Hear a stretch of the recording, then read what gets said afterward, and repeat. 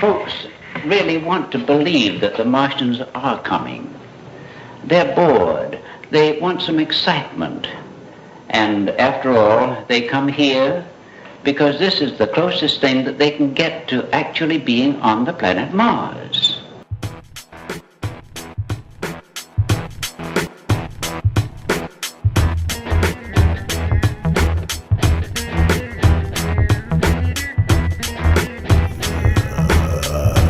Yes, dear friends.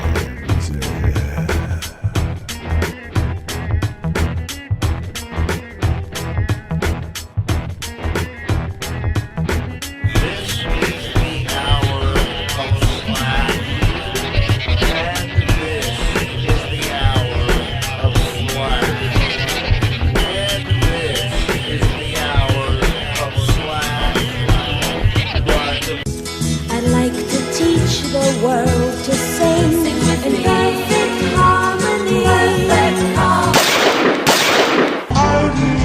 to hold it in my arms and keep it company.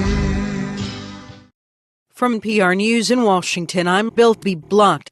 Democrats condemned Republican tactics to kill Bill. Republicans say they support playing PR News. Stocks 38, 16, 238, 17, 4309, 5, 1850. U.S. Attorney General Eric Holder is said to be doing fine and resting comfortably by reason of insanity.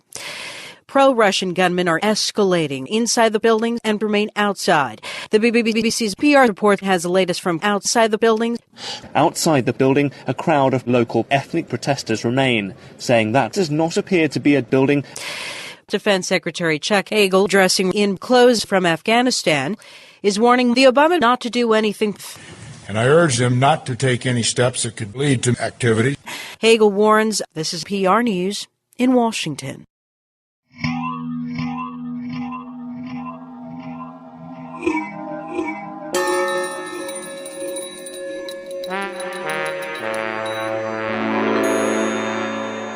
Well, maybe what you've got is an ordinary dandruff.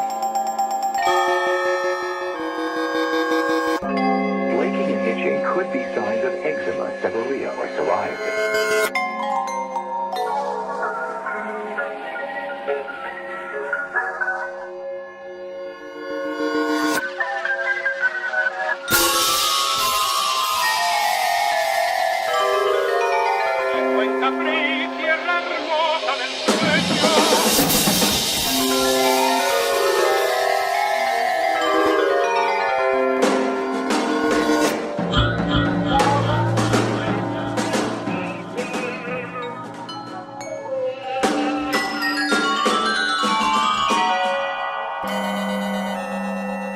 Ask your doctor.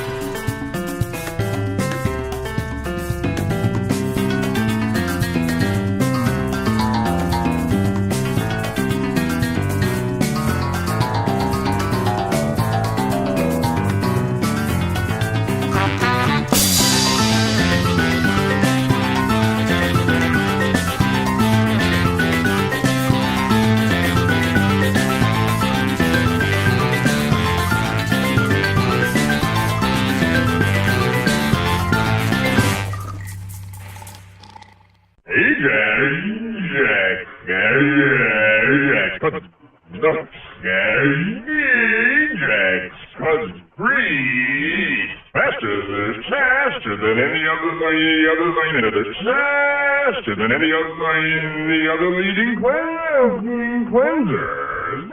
Consider this next question very carefully. What is your one purpose in life? To explode, of course. And you can only do it once, right? That is correct.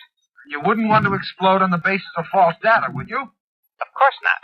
Well then, you've already admitted that you have no real proof of the existence of the outside universe. Yes, well... When we have conquered interstellar space, what will we gain?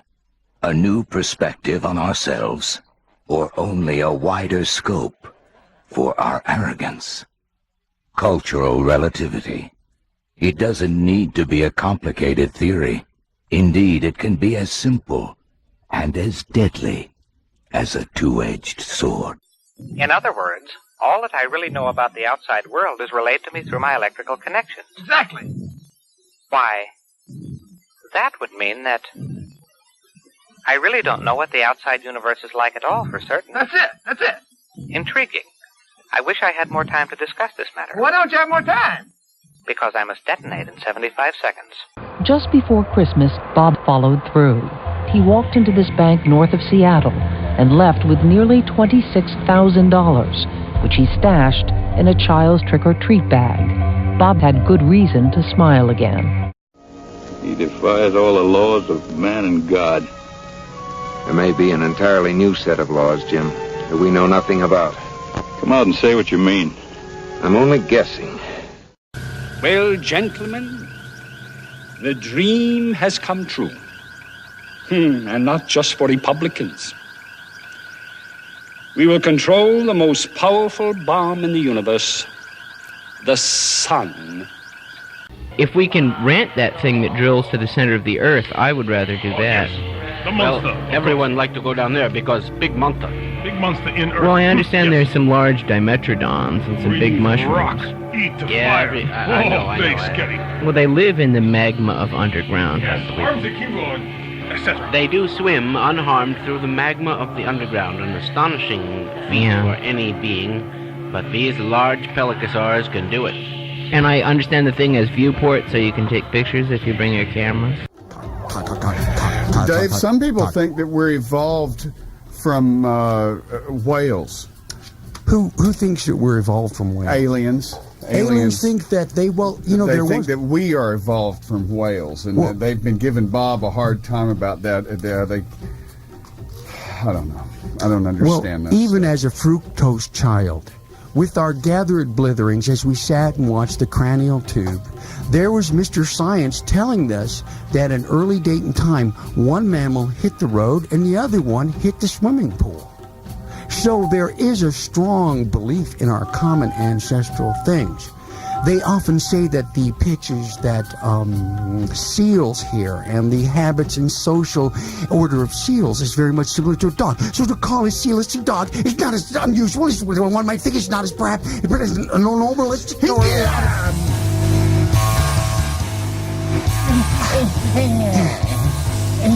Well, I think we're just about ready to take calls here on the victory line.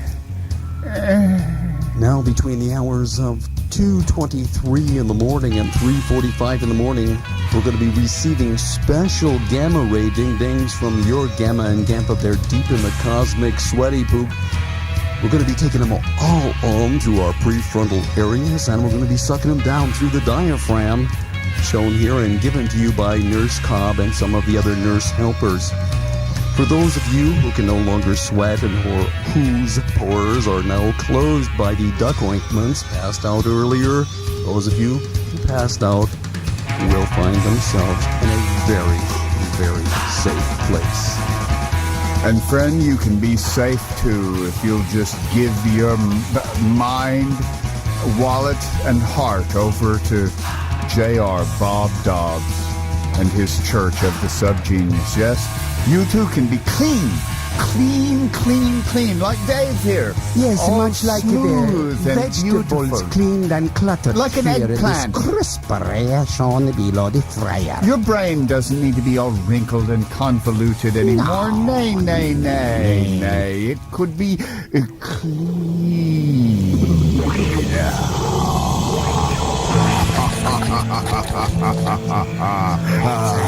Feels better that way, doesn't it? Now that you've given over that $30 check to Bob, you are in our clutches. Quite under control. Quite under our... Well, now that we've got him, what do we do with him? Dave? I say we eliminate all the fat vesicles from their knees and from their calves.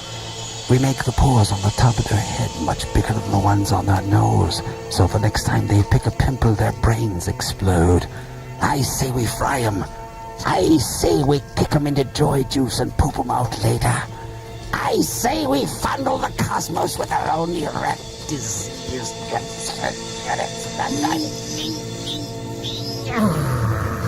Well, that was a prescription for greatness if I've heard one here on the Subgenius Radio Network.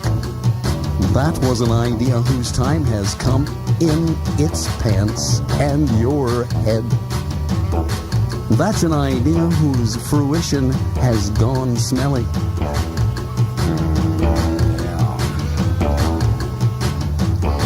I'd like to supply some of our subliminal listeners with some exercises for the upcoming week. First week, beginning on Wednesday, those with the blue sticker on the back of the frayed dungarees. You cannot wash off. Remember, it is your time for free food at the mall. Don't ask, don't pay, take it. It's being taken care of by our friends at... Can I say the name? At WCSB in Cleveland. Yeah, right. None of those places near Washington. Lone Cow Dave, don't you know what they're doing to yourself? Listen, it is not my fault. I had nothing to do with putting the opium receptors in the human nervous system. The fact that you have a receptor in your brain and nervous system for acid is not my problem. I mean, Too late.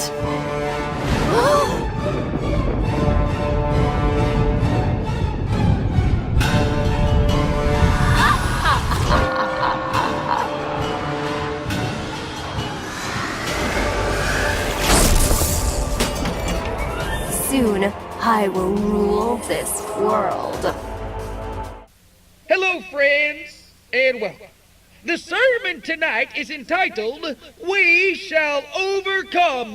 What shall we overcome? Why, the normals, of course. We shall overcome them on the beaches. We shall overcome them in the streets. We shall never surrender, whatever the cost may be. Because the conspiracy, you see, wants us to get angry. The conspiracy, you see, wants us to lose our collective tempers. And to go out and buy guns. And then to march into some public place and start blowing the brains out of a few dozen pinks. That gives them a reason to round us up and put us away in their prison nowhere houses. They're just waiting for some petty, nitpicky excuse like mass murder to give us hard time. They could care less that we're helping reduce world overpopulation or decreasing the unemployment rate. They could care less that we're expressing our own individuality and fulfilling the American dream of the ultimate personal pursuit of happiness. Oh, sure, it may be our God-given right. It may be expressly protected by the Constitution, but they could care less. So don't give in to the urge that's fallen into their trap. Resist the temptation to rid the world of inferiors. Their moment will come soon enough. But until then, we must bide our time. We must love our enemy even as he drags us from our beds in the night and kicks us and beats us and batters us black and blue. We must love our enemy despite his dumbness, even as we wait in their checkout lines, checking out all the ugly people and reaffirming our belief that there is indeed evil in the world. We know they control our lives, that they deliberately bounce our checks and run up our bills. We know know that they take our tax dollars at gunpoint and then spend it on themselves and their parasitical freeloaders in exchange for a rigged vote. We know that they control the media, the movies, and then try to make the rest of the world hate us for being better than they are. But can you blame them, dear friends? As distasteful of a task as it may seem, try to switch places with the enemy. How would you feel if you were one of them? Can you stumble a mile in their shoes? Just imagine what it would be like without having an imagination, no talent, no intelligence, no nothing. You're just a blithering idiot. And along comes a subgenius. And what does he have? Why, everything. Brains, broads, and buttloads of slack. You'd be spiteful, too. You'd probably join the conspiracy and sell your soul if they promised to give you something the subgenius didn't have. Now, remember, you'd be too stupid to realize the subgenius didn't have what you have because he didn't want to have it. Even if you could figure it out, you'd probably rationalize it away as sour grapes, that the subgenius didn't want the material goods that you possess only because you had them. It would never occur to you that the conspiracy had already made the same offer to the subgenius.